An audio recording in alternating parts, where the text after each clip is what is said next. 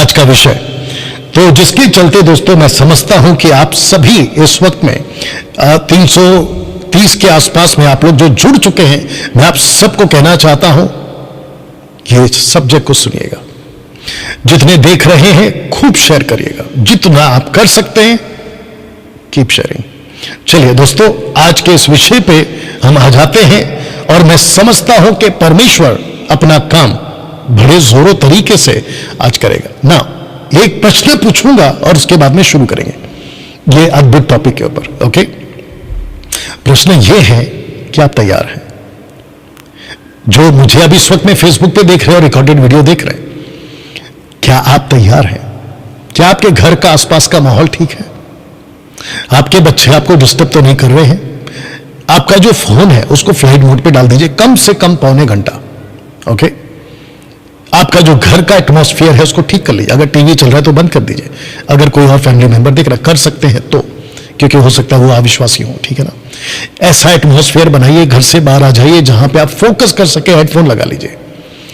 और मैं सबसे ज्यादा कहना चाहता हूं उन लोगों को जो अविश्वासी हैं, मेरे दोस्त, मेरे भाई, मेरी बहन, girls and boys, ladies and gentleman, third gender, मैं आपका वेलकम करता हूं इस टॉपिक के लिए।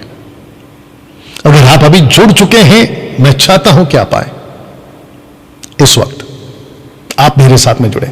लिखा है आज का विषय, टुडेज टॉपिक, अन्य जातियों के लिए उद्धार का आखिरी तारीख, रैप्चर है वो। इस थंबनेल के साथ या फिर आगे जाके जब एडिट वीडियो होगा उसका अलग थंबनेल होगा, लेकिन अभी फिलहाल इस थंबनेल के साथ आप शायद ये मेरा वीडियो देख रहे हैं। मैं आपका वेलकम करता हूं। आइए अभी कनेक्ट होइए, और जितने जुड़े हैं उन सबको कहना चाहता हूं बने रहिए। रैप्चर के ऊपर बहुत सारे वीडियोस बनी हैं, रैप्चर के ऊपर बहुत सारे सेवकों ने बात करी है। मैं उन सेवकों की बात करता हूं, जब भी मैं सेवक पास्टर कहता हूं ना, मैं अच्छे सेवक और अच्छे पास्टर की बात करता हूं, ठीक है ना, जो साउंड डॉक्ट्रिन में, मैं उनकी बात करता हूं, ठीक है ना। ओके, ध्यान से सुना, बहुत वीडियो बनी है, टीचिंग दी गई है रैप्चर के ऊपर। ओके, मेरी कोशिश इन दिनों में यह हो रही है आत्मा की अगुवाई से कि मैं रैप्चर के डिफरेंट एंगल पे आप लोगों को टीच कर सकूं, सिखा सकूं। और इस एक एंगल को मैं नहीं समझता हूं कि अभी तक किसी ने अगर बोला है तो सलूट, अगर नहीं बोला है तो आज मैं ये एंगल रख रहा हूं और आप लोग सीखिएगा, अविश्वासी भी विश्वासी भी, ठीक है ना।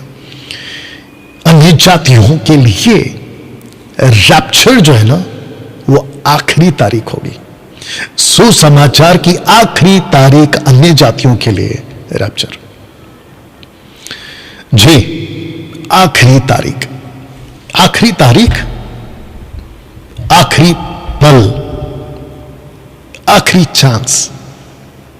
जैसे ही तुरी फूकेगी, अभी मैं रखूंगा, और वो आवाज, और जैसे ही पता चल जाएगा, कलीसिया से लोग गायब हो रहे, स्कूल से बच्चे बड़े छोटे गायब हो रहे, सड़कों पर से लोग गायब हो रहे, ऑफिस से लोग गायब हो रहे, गांव का गांव आधा गायब हो रहा है, तो समझ जाना कि अन्य जातियों जो नीचे छूट गए यीशु को ना स्वीकार करने के कारण, फिनिश। उसके बाद जरा पोस्टर को ठीक से देखना, ना सुसमाचार काम आएगा ना खरी शिक्षाएं। रैप्चर के बाद ना सुसमाचार काम आएगा ना खरी शिक्षाएं, ये काम नहीं आएगा। अब आप सोच के देखिए दोस्तों, और जो अभी मुझे सुन रहा है, मैं उन सबको कहना चाहता हूं, खास करके मेरे अविश्वासी भाई बहन जो कभी चर्च नहीं गए, जीसस को आप नहीं सुनना चाहते या सुने नहीं, बाइबल आपने कभी पढ़ी नहीं, और आप यूं ही अभी आ गए मेरे पास ये वीडियो को देखते देखते। जिस दिन रैप्चर हो जाएगा, उठा लिया जाना किसका? इफिसियों 5:26 की 27 की कलीसिया का। मैं इफिसियों 5:27 बोलूंगा, ठीक है ना।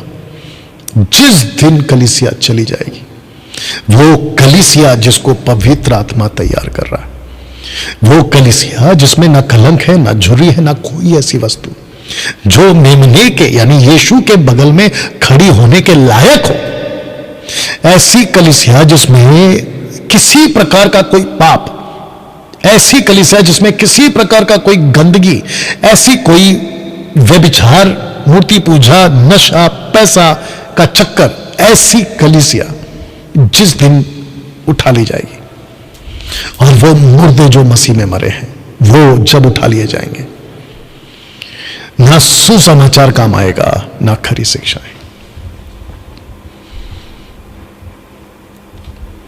मेरे बहुत सारे अविश्वासी दोस्त हैं, आप में से बहुत सारे लोगों के क्रिश्चियन फ्रेंड्स हैं, मैं भी अविश्वासियों से बात कर रहा हूं। आप में से बहुत सारे लोग कॉन्वेंट स्कूल में कभी पढ़े होंगे, पढ़े थे। आपका पड़ोसी क्रिश्चियन है, बाइबल वाला है, यीशु यीशु करता है। आपके ऑफिस के कलीग्स आपको यीशु की बातें करते हैं। आपके हॉस्पिटल के नर्स डॉक्टर यीशु की बातें करते हैं। आप जब ट्रैवल कर रहे थे बस में, टैक्सी में, ऑटो में, प्लेन में, ट्रेन में, ठीक है ना, पानी के जहाज में, तो किसी ने आपको चर्चा की यीशु के बारे में और आपको कहा कि जीसस वापस आ रहे हैं, यीशु वापस आ रहा है, जीसस इज कमिंग अगेन। ऐसा कोई शब्द आपके कानों में कभी पड़ा था या पड़ा हुआ है या होगा शायद,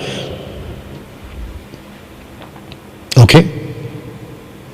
और जब यह घटना घट चुकी होगी जिसको हम कहते हैं कि उठा लिया जाना कलीसिया का, देख लीजिए चित्र, उस दिन आपको याद आएगा या उस दिन आपको पता चलेगा। लेकिन दुख की बात यह है कि विश्व भर के अन्य जातियों के लिए उद्धार का मौका सिर्फ और सिर्फ रैप्चर तक, जिस दिन रैप्चर हो जाएगा, मौका आपके हाथ से जा चुका होगा। जिसके चलते मैंने यह रखा है कि ना सुसमाचार काम आएगा, ना खरी शिक्षाएं। मैंने खरी शिक्षाएं क्यों रखी?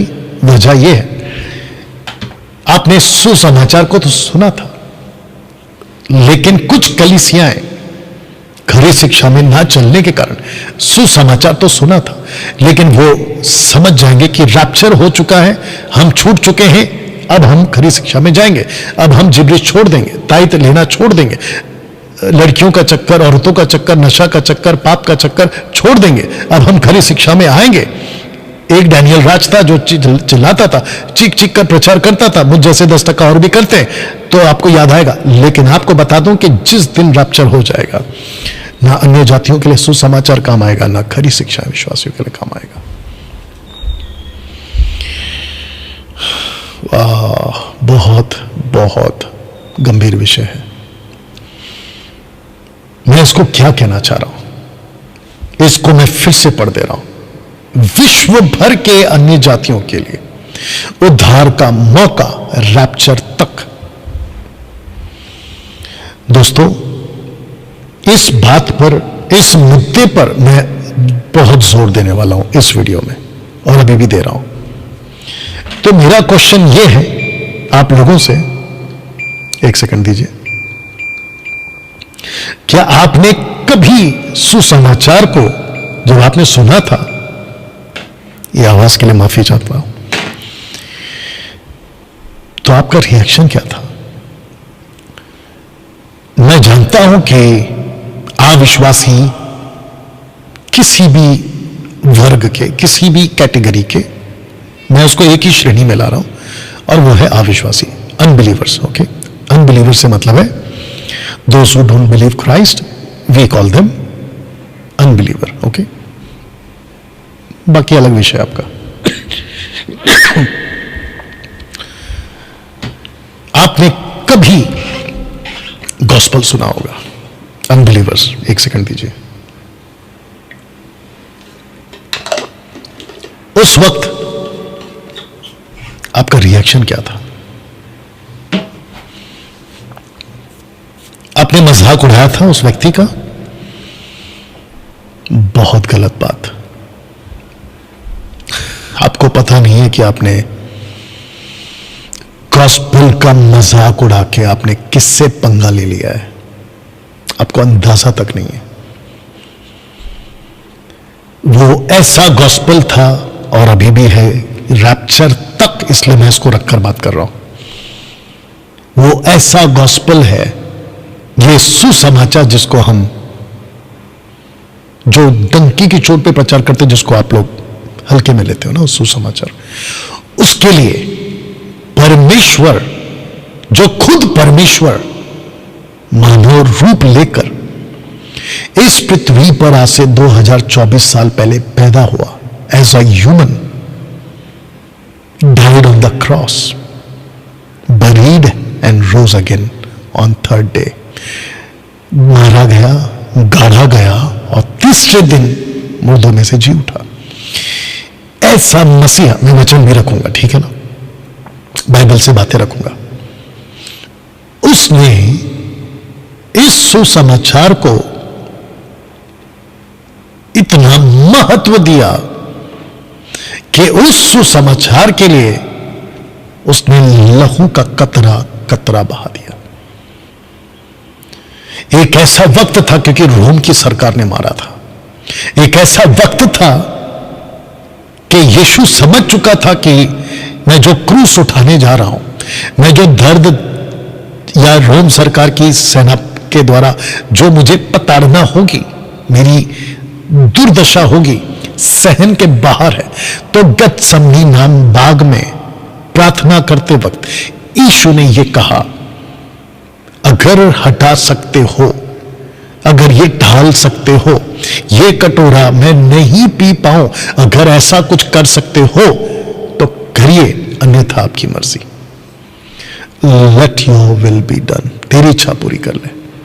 और जानते हो, उस परमेश्वर पिता ने अपनी इच्छा ये जाहिर की उस मसीह पर कि मानव जाति को सुसमाचार सुनाना है, मानव जाति को उनके पापों से अगर बचाना है, मानव जाति को उस दुष्टता की ताकत से, क्योंकि वो नरक डाल देगा, वहां से अगर बचाना है तो मुझे ये कटोरा तुझे पिलाना ही होगा, तुझे ये क्रूस उठाना ही होगा। दोस्तों, आपको जब सड़क पे, रेलवे स्टेशन पे या ट्रेन में, बस में, ऑटो, टैक्सी, फ्लाइट में, पड़ोस में, ऑफिस में, जब कोई आपको यीशु की बात करता है ना, तो एक तरफ वो बाइबल की बातें नहीं, दूसरी तरफ उस बातों का वजन यीशु के लहू से लिया या दिया गया है।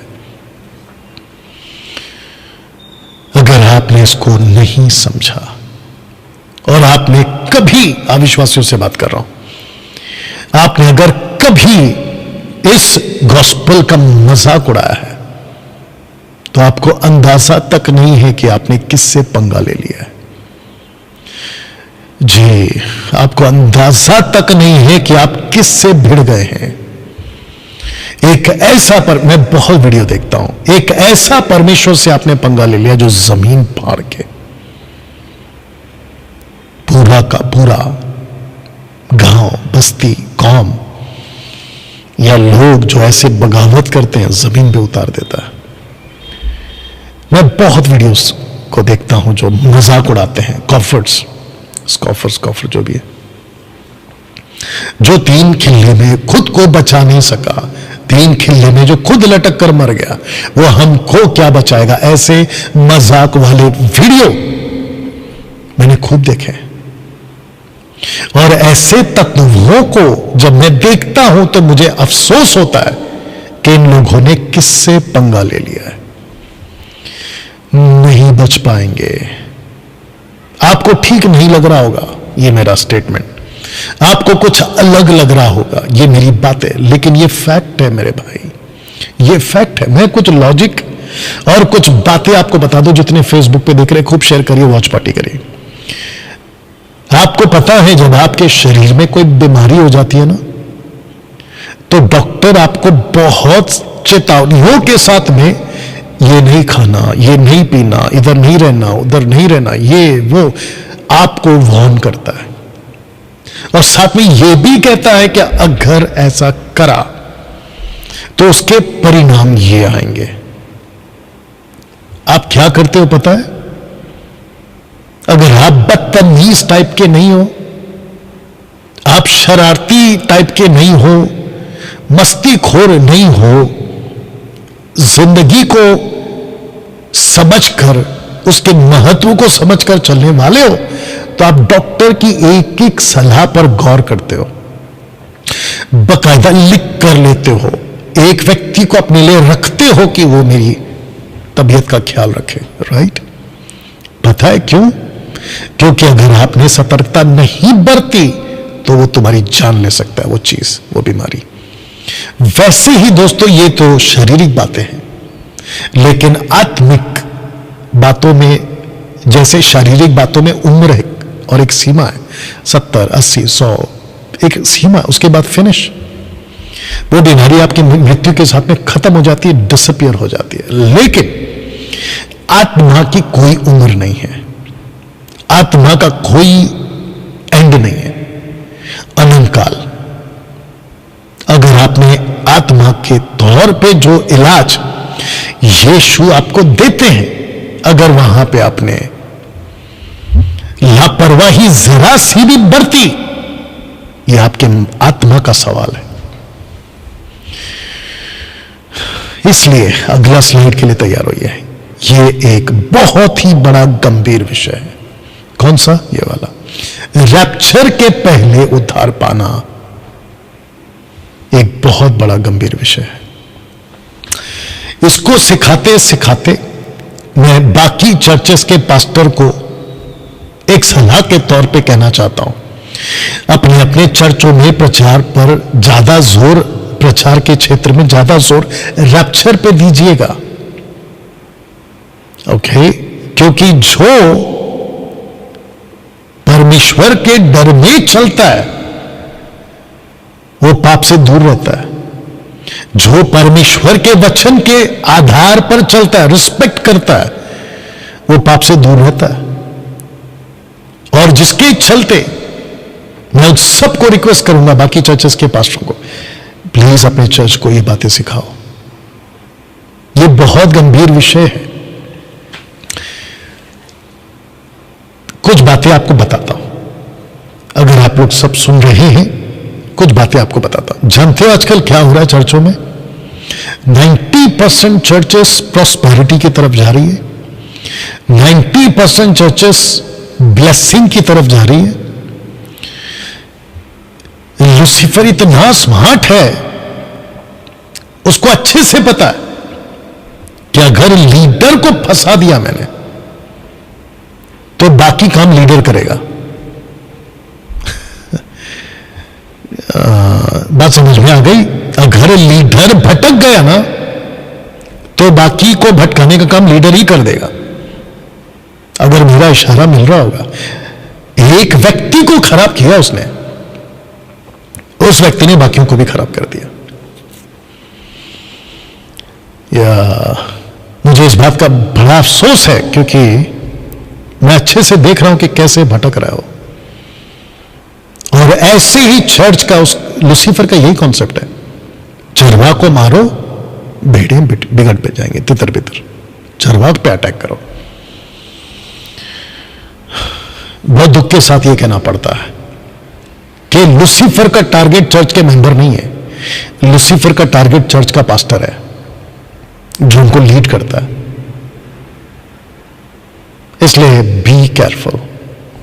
रैप्चर के पहले अन्य जातियों, आप भी इस बात को समझे, जब तक रैप्चर नहीं होता आपको मौका है। यहां तक बात समझ गए? अब एक लॉजिक दे रहा हूं मैं आपको, कनेक्शन दे रहा हूं। Evacuate, evacuate, evacuate. ओके, ये एक शब्द है जो आपने कई बार सुना होगा, खाली करना। इवैक्यूएट, खाली करना, खतरनाक जगहों से भागना। इसलिए मैंने कुछ ऐसा पोस्टर रखा, और ये वाला पोस्टर से भी समझा देता हूं। इवैक्यूएट, जानते हो ये कब होता है? खाली करो, खाली करो, खाली करो, खाली करो। कब होता है? जब ये कुछ होता है। इस प्लैनेट पर आज से 2024 साल पहले इवैक्यूएट, इवैक्यूएट ये शब्द आत्मिक बातें हैं, समझिएगा प्लीज। भागो, भागो, भागो। जबरदस्त तबाही इस पृथ्वी पर आने वाली है। ऐसी बातों की चर्चा आपके बाइबल में, हमारी बाइबल में। You understand? इवैक्यूएट, भागो। ये दुनिया, मैं किसी को काउंसलिंग कर रहा था अभी, वक्त को ध्यान में रखूंगा, मैं किसी को काउंसलिंग कर रहा था अभी, और मैं उसको कह रहा था कि भाई तुम फंस गए दुनिया में पैदा होके, तुम फंस गए दुनिया में पैदा होके। चारों तरफ माया जाल है, माया जाल चारों तरफ। ये सही लगता है, पता चलता है वो गलत है, वो सही लगता है, पता चलता है वो गलत है, ये सही है तो पता चलता है वो गलत। चारों तरफ ट्रैप है, ट्रैप, फंदा, जिसके चलते इस दुनिया में आप पैदा होकर फंस गए। एक्चुअली पैदा क्यों हो गए मैं आपको बताता हूं। याद रखो, बीच में मैं कोई वीडियो देख रहा था, अगर हमको क्रिश्चियन बनना होता तो हम मुस्लिम घर में क्यों पैदा हो गए, हिंदू घर में क्यों पैदा हो गए? ऊपर वाला अगर क्रिश्चियन है तो क्रिश्चियन में पैदा करा है, हिंदू है तो हिंदू में पैदा करा है, मुस्लिम है तो मुस्लिम में पैदा करा है। क्या लॉजिक है भाई ये कोई सेंस नहीं है इसका। इस पृथ्वी पर धर्म बनने से पहले इंसान बना था। इंसान जब बना था उसका कोई धर्म नहीं था, ना हिंदू, ना मुस्लिम, ना सिख, ना ईसाई, ना बुद्धिस्ट, ना पारसी, ना जूइश, कुछ नहीं था। वो सिर्फ एक इंसान था, वो भी बिना कपड़े के। आपको कुछ बातें याद दिला देता हूं, खास करके अविश्वासी हो आपको। जब परमेश्वर ने आदम और हव्वा को बनाया था ना, तो उसने किसी प्रकार का, किसी तरीके का, बहुत ध्यान से सुनना, और ना ही किसी कलर का कपड़ा पहनाया था, ना तरीके का, ना प्रकार का, ना कलर का। आदम और हव्वा, एडम एंड ईव, आदाम और हव्वा कोई कपड़ा नहीं पहने थे। कैसे पता चलेगा उनका जात कौन सा है? कैसे पता चलेगा उनका धर्म कौन सा है? कपड़े जब बने ना, वो कपड़े भी कोई एक कलर के नहीं थे, जानवर के चमड़े के कपड़े थे वो।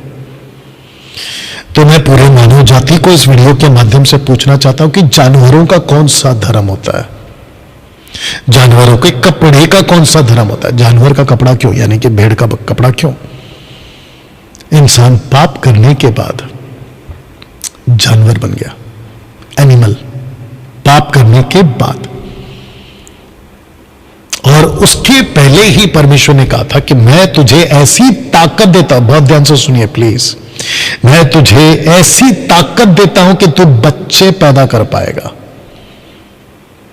बच्चे पैदा कर पाएगा। और बच्चे पैदा कराने का पर्पस क्या था? पूरी पृथ्वी पर फैलना, पृथ्वी पर अधिकार, पक्षियों पर अधिकार, सब जीव जंतुओं पर अधिकार। यह पर्पस था परमेश्वर का। बताइए, तो जो बच्चे पैदा होने का जो कॉन्सेप्ट है, यह पाप करने के पहले आ चुका था, आदम की गलती करने से पहले आ चुका था। और परमेश्वर ऐसा है कि हम अविश्वासी बन सकते हैं, हो सकते, हो जाएंगे, लेकिन वो कभी विश्वासघात नहीं करता और वो कभी बोले हुए से पलटता नहीं है, वो विश्वास योग्य रहता है। याद आ गया पौलुस का स्टेटमेंट? जी,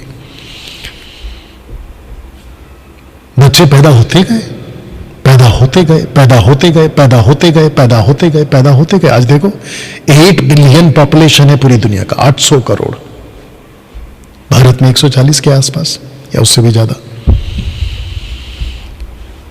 अब बताइए, इन सबको एक ही मैसेज है, इवैक्यूएट, भागो। किससे? एक भयंकर तबाही आने वाली है इस प्लैनेट पर, एक भयंकर तबाही आने वाली है। इवैक्यूएट, भागो, खाली करो। यह पृथ्वी फटने वाली है, आसमान से अंगार गिरने वाला, आग गिरने वाली, जिसको आप सूरज चांद तारे कहते हैं ना, ये गैलेक्सी मिल्की वे गैलेक्सी, ये नीचे आने वाला है। कहां लिखा है? बाइबल में लिखा है।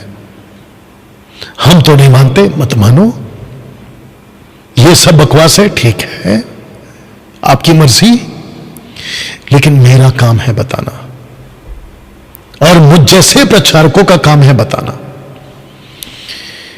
कि एक तारीख आने वाली है जिसमें सुसमाचार काम नहीं आएगा, और वो तारीख है रैप्चर। विश्व भर के लोगों के लिए एक तारीख है रैप्चर। जब तक रैप्चर नहीं होता, मुझ जैसे लोग बोलते रहेंगे। उदाहरण के तौर पे अगले हफ्ते सैटरडे को मैं फिर आऊंगा, अगले हफ्ते सैटरडे को मैं आपके बीच में फिर ऐसी कुछ बातें रखूंगा जहां पे आप लोगों को मौका मिले कि आप अपना आत्मा को बचा सके, अनंत काल का जीवन को बचा सके। लेकिन सैटरडे के पहले अगर शुक्रवार को रैप्चर हो गया,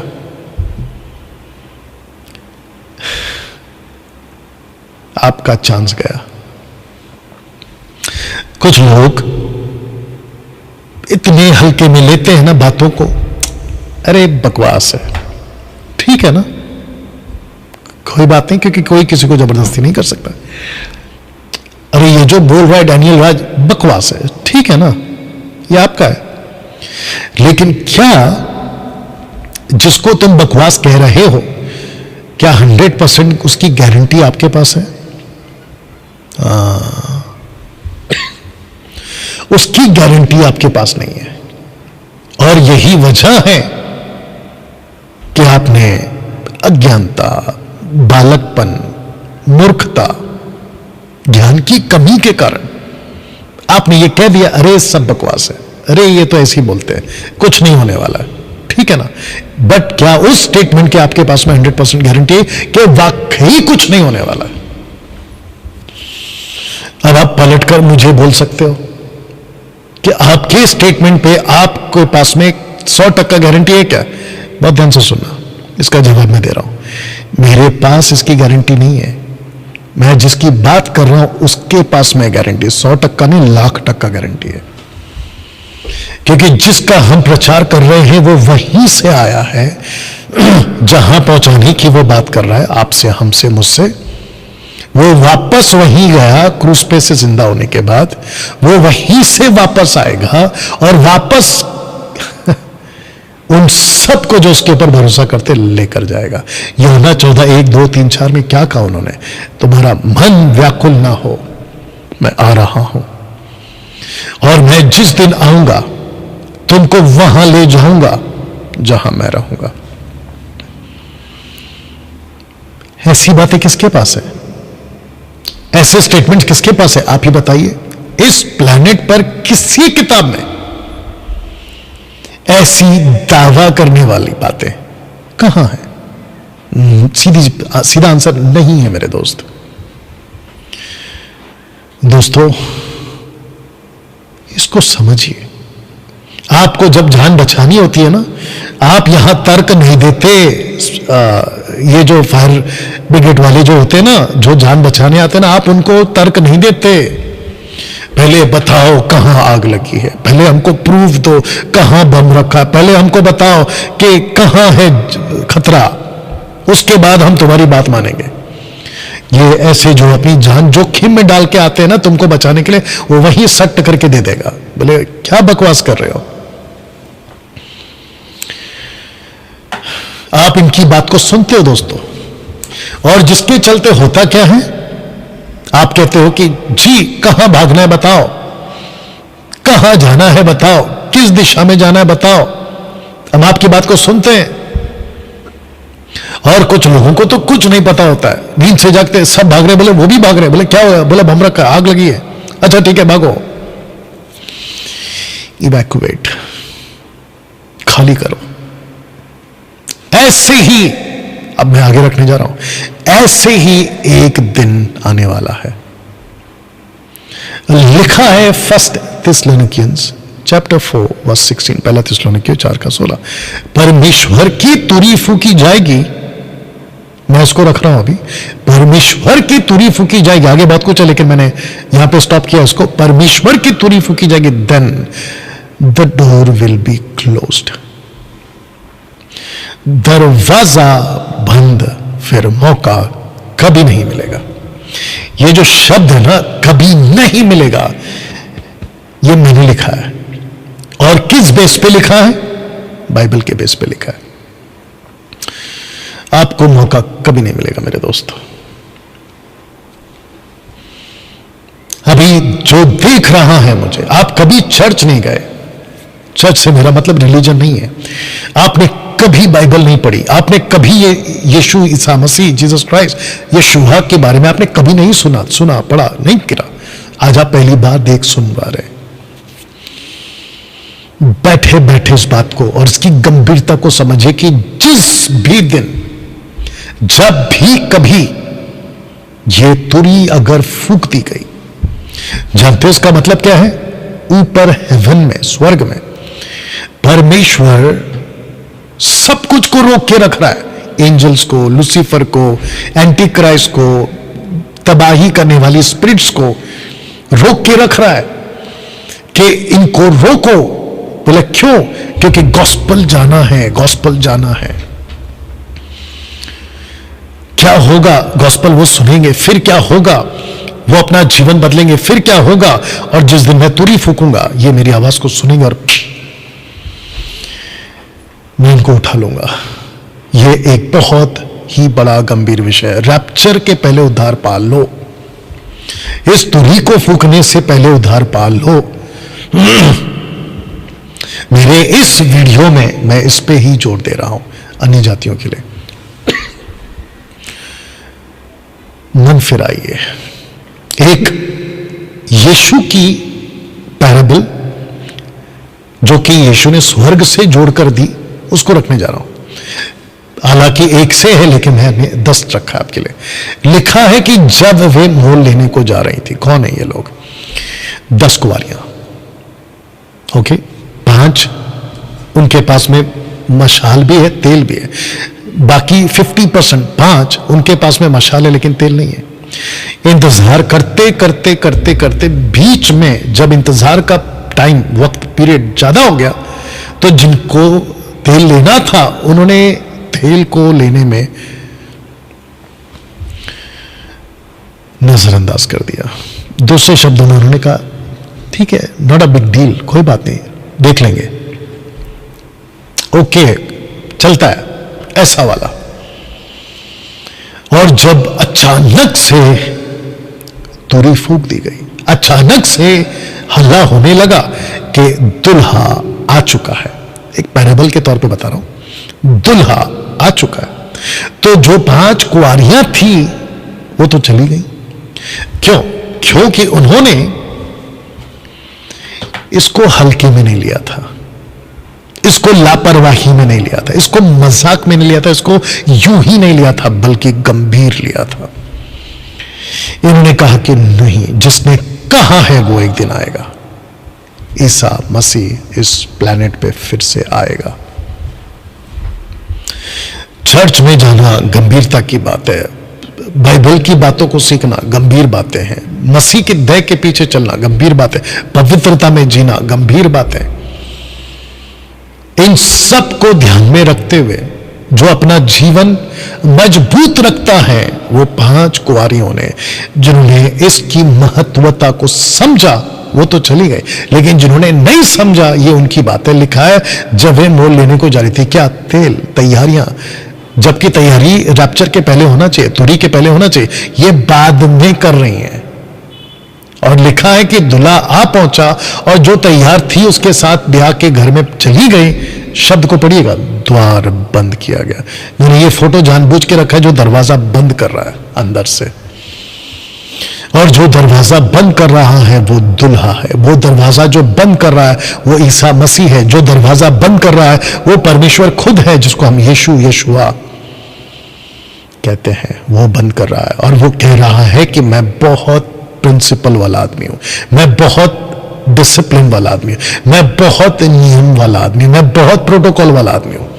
मैंने कुछ कानून बनाए हैं तो मैं उसी पे चलूंगा, मैंने कुछ वचन रखे हैं तो मैं उसी पे चलूंगा। परमेश्वर इस्राएलियों को कहता है, माफी चाहूंगा, थोड़ा सुन लीजिए इसको, वक्त जा रहा है मैं जानता हूं, सुनिएगा प्लीज। इस्राएलियों को साफ हिदायत दी थी, ये गलत है, ये सही है, ये गलत करोगे तो ये नहीं मिलेगा, ये सही करोगे तो आशीषें मिलेगी, बिल्कुल साफ कहा था। डिटरनॉमी चैप्टर 28 आप पढ़ लीजिएगा। आशीष और श्राप दोनों रखता हूं, जो चुनाव तुम करोगे उसका फल तुम भुगतोगे। परमेश्वर बहुत प्रोटोकॉल वाला है, परमेश्वर बहुत नियम वाला है, और यही वजह है कि मैं डैनियल राज भी मसीह मंथन के पास्टरों को, लीडरों को, मेंबरों को, स्टेट चर्चेस को मैं यही चीज को सिखाता हूं। अब किसी को नहीं समझ में आता है, उसको अपनी मनमानी करनी है तो आई डोंट केयर, मैं कुछ नहीं कर सकता। बस उसके पीछे जाके लोग फंसेंगे वो अलग है, उसका दुख है मुझे कि एक आदमी सबको बिगाड़ दे रहा है। तो परमेश्वर कहता है कि मैं बहुत डिसिप्लिन वाला आदमी हूं, मैंने कुछ कानून बनाए थे उसको फॉलो क्यों नहीं किया। मैंने कहा था कि तेल और मशाल साथ में रखो तो तुमने क्यों नहीं लिया। जिसके चलते आइए आगे पढ़ते वचन 11 में, इसके बाद वे 10 कुंवारियां, दूसरी कुंवारियां माफ करना, आकर कहने लगी, हे स्वामी हमारे लिए द्वार खोल। अब आपको पता चला कि ये स्वामी कौन है, जिसने खुद दरवाजा बंद किया है, और वो यीशु है। आइए सुनते, उसने उत्तर दिया, सिंगुलर, उसने उत्तर दिया कि मैं तुझसे सच कहता हूं, मैं तुम्हें नहीं जानता। ये जब निकली थी तो सब एक थी, ये जब निकली थी तो सब एक ड्रेस में थी। 10 को कहा गया था कुंवारियां, ये दूल्हे से मिलेंगे। जब तक तुरी नहीं फूकते हैं तब तक एक जैसे दिखते हैं, जब तक रैप्चर नहीं आता चर्च पूरा एक जैसा दिखता है। और आपस में कहते हैं, अरे आपस में क्यों लड़े। पता कब चलता है कि मैं तुम्हें नहीं जानता, जब तुरी फूक दी जाएगी। मुझे लोग कहते हैं, मैं जब बात करता हूं ना कि ये गलत है वो गलत है, तो कहते हैं कि आप पास्टरों के खिलाफ क्यों, आप चर्चों के खिलाफ क्यों। तो फिर ये कौन है जो बोल रहा है कि मैं तुम्हें नहीं जानता। मैं ऐसी डाली की तारीफ नहीं कर सकता जिस डाली को परमेश्वर ने खुद काट दिया। मैं ऐसे पेड़ की, यानी कि मिनिस्ट्री की बात हो रही है, आत्मिक बात है कॉन्टेक्स्ट में, मैं ऐसे डाली पेड़ की तारीफ नहीं कर सकता, ना साथ में लेके चल सकता जिसको परमेश्वर ने उखाड़ दिया। मैं नहीं लेके चल सकता और नहीं मैं उसकी तारीफ कर सकता। मैं ऐसे भेड़ियों की तारीफ नहीं कर सकता जो बिगड़ चुके हैं, मैं उसको लेकर नहीं चल सकता। और यही वजह है कि हम कईयों को कट करते जा रहे हैं। जो परमेश्वर के दायरे में है वो मेरे साथ है, जो परमेश्वर के दायरे में नहीं है, गेट आउट, दैट्स इट। मैं तुम्हें नहीं जानता। दोस्तों, अविश्वासियों से बात कर रहा हूं। दोस्तों, कहीं ये स्टेटमेंट आपके लिए ना आ जाए, कहीं ये लाइन आपके लिए ना आ जाए। सुसमाचार को, आपको पता है इस प्लैनेट पे परमेश्वर के बाद एक और ईश्वर है। हां, परमेश्वर के बाद में एक और प्रिंस है, इस संसार का प्रिंस, इस संसार का ईश्वर, और उसका नाम है लूसीफर, उसका नाम है इब्लीस। उस व्यक्ति ने गॉस्पेल को कि कहीं ना पहुंचे लोगों को ब्लाइंड करना शुरू कर दिया कई सदियों से। यह कहां लिखा है? 2 कोरिन्थियंस चैप्टर 4 वर्स 4, 2 कोरिन्थियंस 4:4। बताइए,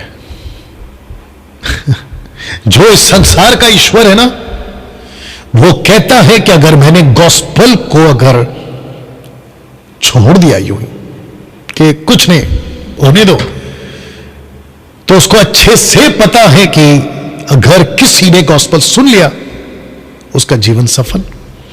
लूसीफर ने क्या किया पता है? उसको रोक दिया, खास करके अविश्वासियों के लिए रोक दिया उसने। विश्वासियों पे भी अटैक करता है, वो बात अलग है। पौलुस कहता है, क्योंकि वह तो कहता है कि अपनी प्रसन्नता के समय, एक्सेप्टेड के टाइम, जानते हो मैं रखूंगा इसको, कनेक्शन दूंगा मैं, ठीक है ना। अपनी प्रसन्नता के समय में मैंने तेरी सुन ली, उद्धार के दिन मैंने तेरी सहायता की। देखो अभी प्रसन्नता का समय, एक्सेप्टेशन मतलब एक्सेप्ट करने वाला कॉन्सेप्ट अभी चल रहा है। अभी प्रसन्नता का समय है, देखो अभी उद्धार का दिन है, अभी। क्योंकि रैप्चर के लिए तोरी अभी तक नहीं फूकी गई है, नहीं फूकी गई। जिस दिन फूक दी जाएगी, ये अभी का कॉन्सेप्ट बंद हो जाएगा। लूका 4:18 में जब यीशु पहली बार 30 साल की उम्र में यहूदियों के बीच सिनेगॉग मंदिर में, यरूशलेम के मंदिर में जब खड़े हुए, तो उन्होंने यशायाह की लिखी हुई वो आयत निकाली। लूका 4:18 में उसको जोड़ा गया कि प्रभु का आत्मा मुझ पर, यीशु पर है, इसलिए कि उसने कंगालों को सुसमाचार सुनाने के लिए मेरा यानी यीशु का अभिषेक किया है, और मुझे यानी यीशु को इसलिए भेजा कि बंधुओं को छुटकारे का, अंधों को दृष्टि पाने का सुसमाचार प्रचार करूं, कुछ लोगों को छुड़ाऊं, और प्रभु के प्रसन्न रहने के वर्ष का प्रचार करूं। एक्सेप्टेड वाला कॉन्सेप्ट है ये, क्योंकि जब तक तुरी नहीं फूकेंगे या ये आवाज जब तक नहीं आएगी, परमेश्वर के पास में एक्सेप्ट करने का दरवाजा खुला है। अभी जो मुझे देख रहे हैं, अभी आपके लिए दरवाजा खुला है, एक्सेप्टेड है आप एक्सेप्टेड है मेरे दोस्त, आप एक्सेप्टेड है, आप एक्सेप्टेड है।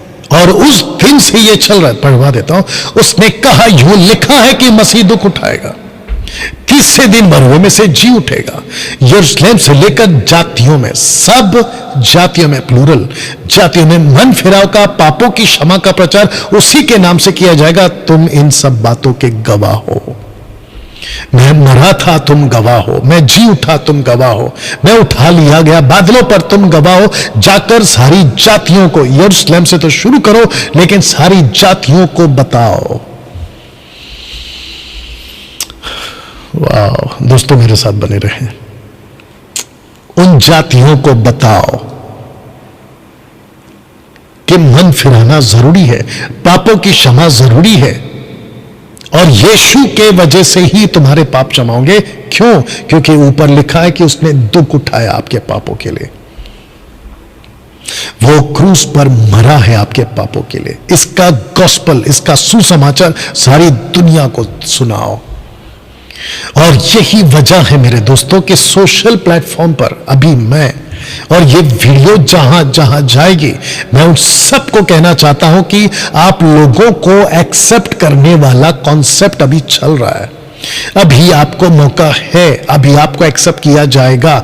डैनियल भाई, इसलिए यूहन्ना की किताब उसका 20 का 22, 23, 24 अगर आप पढ़ोगे, यीशु कहता है कि जिनके पाप तुम क्षमा करोगे वो स्वर्ग में क्षमा किए जाएंगे, जिसको तुम यहां रखोगे वो स्वर्ग में रखा जाएगा। इसका मतलब क्या है कि पतरस, अगर तूने किसी को कह दिया कि अभी दरवाजा खुला है, तुम यीशु को स्वीकार करो, तो यीशु कहता है यहां तुमने कहा, मैंने वहां उसको स्वीकार कर लिया। बताइए। दोस्तों, एक आखिरी स्लाइड में रखने जा रहा हूं इस संदेश का। मैं अविश्वासियों से और विश्वासियों से दोनों से कह रहा हूं, एक आखिरी स्लाइड में रखने जा रहा हूं, और वह है ये वाला, जिसको हम बाइबल कहते हैं ना। उस बाइबल में 1 कुरिन्थी 10:4 पौलुस कहता है कि यीशु एक चट्टान है, और इसी बात को इजरायलियों ने यीशु को, क्रिस्टोफनी, उसके अस्तित्व को चट्टान के रूप में देखा। लेकिन यह वाला चित्र आप देख सकते हैं, अगर कोई चट्टान पे गिरा, एक या चट्टान किसी पे गिरा, ये दो एंगल है, या तो तुम चट्टान पे गिरो या चट्टान तुम पे गिरे। आइए देखते हैं अर्थ क्या है। लूका 24:46। ओके, इसको भला पढ़ देते हैं, फिर मैं बताता हूं। उसने कहा, यूं लिखा है कि मसीह दुख उठाएगा, तीसरे दिन जी उठेगा, यरूशलेम से लेकर सब जातियों में मन फिराव का, पापों की क्षमा का प्रचार किया जाएगा। एक सेकंड दीजिए।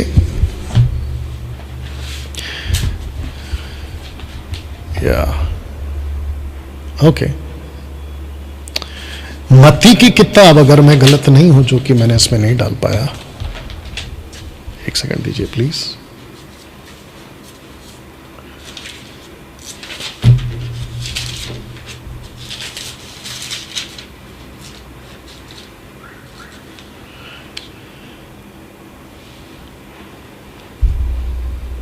ओके, मत्ती की किताब उसका 21वां अध्याय वचन 44, मैथ्यू चैप्टर 21 वर्स 44। माफी चाहता हूं, मैं इसको डालना भूल गया हूं। अगर मेरे पास में अभी है,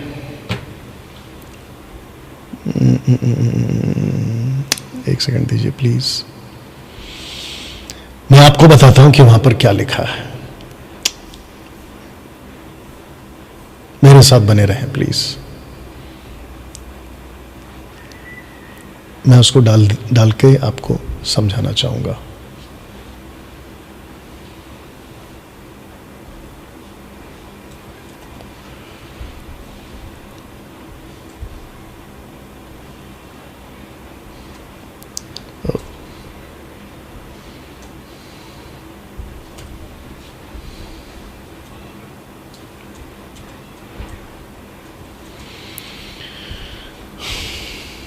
इसको पढ़ते हैं अभी। ओके, ये मैं कुछ ओके, तो जितने भी देख रहे हैं एक बार इसको देख लीजिएगा। ओके, ये आ गया 21 का 44, जो इस पत्थर पर गिरेगा। ओके, इसको फिर डाल दे। जो इस पत्थर पर, जो कि पत्थर चट्टान यीशु है, जो इस पत्थर पर गिरेगा वो चकनाचूर हो जाएगा, और जिस पत्थर पर वह गिरेगा यानी यीशु गिरेगा उसको पीस डालेगा। तो यहां पे दो है, या तो आप पत्थर पर गिरो या पत्थर आप पर गिर जाए। अगर आप पत्थर पर गिरते हो तो चकनाचूर, इसका मतलब क्या है? या पत्थर आप पे गिर गया तो पीस देगा। दोनों का मतलब क्या है बताने जा रहा हूं। अगर आप पत्थर पर गिरोगे तो वो आपके पापों को माफ करेगा, लेकिन अगर पत्थर आप पे गिर गया तो लिखा है कि वो पीस डालेगा। बताइए, अब आप समझे इस पोस्टर को? कोशिश करो, और यही मैसेज है मेरा अविश्वासियों आपसे, कि तुम पत्थर पर गिर जाओ, एक्सक्यूज मी, तुम यीशु पे गिर जाओ, यीशु तुम्हारे पाप माफ करेगा। लेकिन यीशु तुम पर गिरे ऐसा कभी नहीं करना। कहीं यीशु तुम पर गिर गया ना तो लिखा है कि वो पीस डालेगा, वह उसको पीस डालेगा। मैं इस मैसेज और इस वचन के साथ इस वीडियो को समाप्त करने जा रहा हूं, यानी कि आज का ऑनलाइन चर्च मैं इसको समाप्त करने जा रहा हूं। और मैं आप सबको पूछूंगा अभी, क्या आप तैयार हैं यीशु पर गिरने के लिए? और अगर आपने ऐसा नहीं किया और कहा छोड़ो यार कुछ नहीं होता, कोई नरक नहीं, कोई स्वर्ग नहीं, कोई रैप्चर नहीं, कोई तुरी फूकी नहीं जाएगी, कोई पाप नहीं, कुछ नहीं, सब खाओ पियो मजा करो, तो उसका मतलब यह है कि पत्थर आप पर गिरने वाला है, और वो जिस दिन गिरेगा वो आपको पीस डालेगा। मैं इस स्लाइड के साथ आज की मीटिंग समाप्त कर रहा हूं। आइए प्रार्थना करें। अनुग्रहकारी पिता, तेरा धन्यवाद। परमेश्वर, मैं जानता हूं कि ये वीडियो और ये प्रचार कई लोगों के मन को बदलेगा, और मैं चाहता हूं कि प्रभु आप करिए अपनी उस कृपा में, अपनी उस दया में, प्लीज आप करिए प्रभु। ऐसे लोगों को जो भी वीडियो देख रहे हैं और जो कभी भी देखेंगे, मन फिराव का मौका दीजिए प्रभु। प्रभु जी, मैं जानता हूं कि परमेश्वर आप अनुग्रहकारी है, दयालु है, आपका मर्जी है कि सब बचे। हिजकिय्याह कहता है कि परमेश्वर नहीं चाहता कि कोई नाश हो, किसी के नाश होने से वो खुश नहीं होता, ये भी कहता है। प्रभु जी, मैं कहता हूं कि लोगों को मन फिराव का मौका दे, और ये आप कर सकते हैं प्रभु, ये आप कर सकते हैं। आदर महिमा आपको देते हुए ये प्रार्थना यीशु के नाम से मांगते हैं, आमीन। दोस्तों, मैं ये स्लाइड के साथ खत्म कर रहा हूं। इसकी गंभीरता को समझें और मसीह मंथन बैठक आप लोग भी समझें। मजाक में मत लीजिए मिनिस्ट्री को, मजाक में मत लीजिए सेवा को। हल्के में मत लीजिए परमेश्वर के वचनों को। अगर तुरी फूक गई, अगर ट्रम्पेट को एक बार ब्लो कर दिया ना, फिनिश। अपना ख्याल रखें, मिलते हैं अगले वीडियो के साथ या अगले सैटरडे। God bless.